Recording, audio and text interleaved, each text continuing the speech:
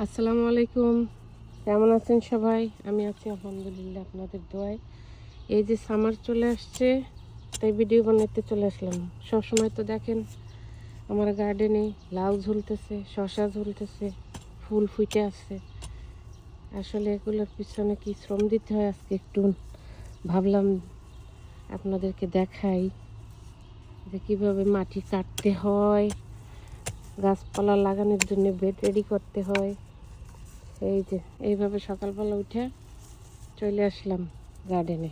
আজকে স্কুলে যেতে হয়নি, আমার হাজব্যান্ড নিয়ে গেছে বাচ্চাদেরকে।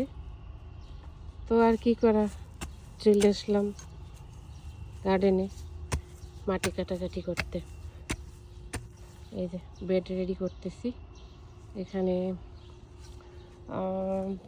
এখানে মেবি ফেলবো পাট শাক, আর এক সাইডে ঢেঁড়স।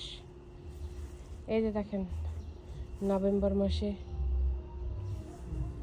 রসুনের বীজ দিয়ে রাখছিলাম, রসুনের কোষ। সেই রসুন গাছগুলো এখন এরকম হয়েছে।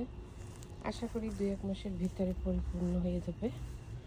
আর এই যে এখন বেড বানিয়ে দিছি, এগুলো ভিতরে গাছ লাগানো হবে। এই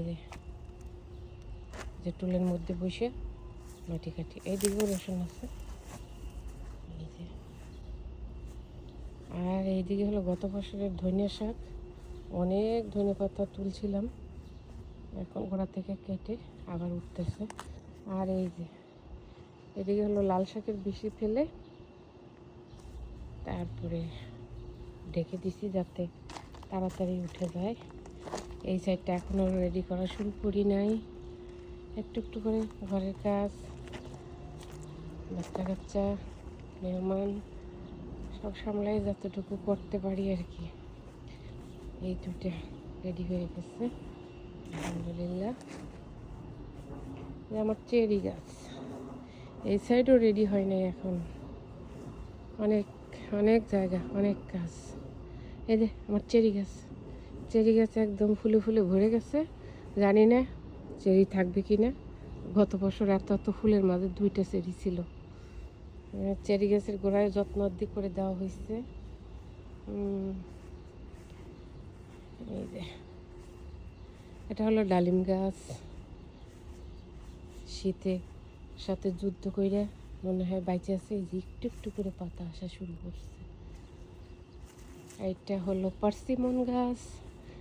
এটাও সোনোর সাথে, শীতের সাথে বহুত যুদ্ধ করে আল্লাহ তালা তাকে বাঁচাই রাখছেন। এই গত বছর 3টে পার্সিমন, অনেক পার্সিমন আসছে, বা 3টে পার্সিমন টিকছিল। এগুলোর গোড়ায় যত্ন করে দেওয়া হয়েছে, ঘাসগুলো খুব সুন্দর করছে। এখন পর্যন্ত আমার গার্ডেন কিছু রেডি হয় নাই, আশা করি ইনশাল্লাহ খুব শীঘ্রই রেডি করে ফেলবো। এই যে ওই কর্নারে হইলো রাসবেরি গাছ। ওকে, তো ভালো থাকবেন সবাই। আসসালামু আলাইকুম।